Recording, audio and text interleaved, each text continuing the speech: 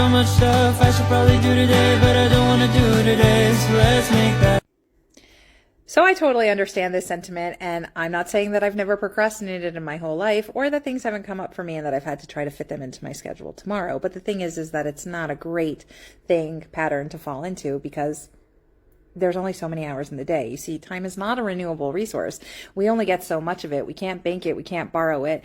And we don't know how much of it we're going to get. And so we have to spend it wisely. And I'm not saying that we need to use every single minute exactly like it's our last. I'm not saying you should never ever have downtime. I'm just saying putting things off that are urgent or a priority that need to get done, it's never a good idea to try to do them under the gun, because it's much harder to do them when you're stressed out. So if you can manage your time and balance your time better, obviously that's much better. But the question is how do you do that?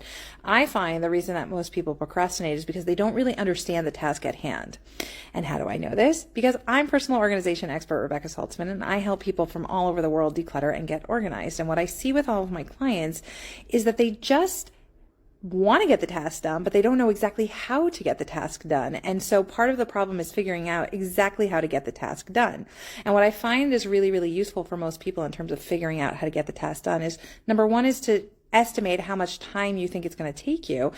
But number two is to figure out every single step of what needs to get done. Because when you can do that, you can more easily budget your time and really figure out exactly what needs to happen and when it can happen. And if you break down something even as simple as making a peanut butter and jelly sandwich into smaller steps, it's a lot easier to actually get it done.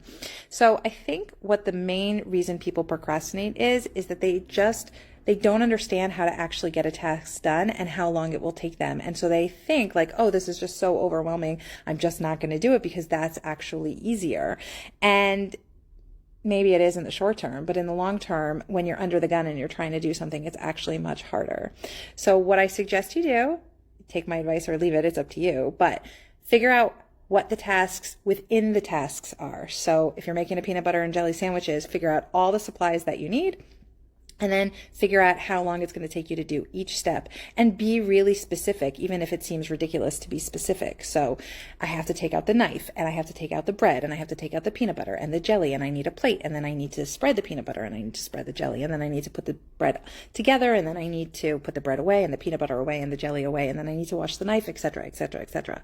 All those things add up and take time. But when you can see the big picture, it's a lot easier to stop procrastinating and actually get things done.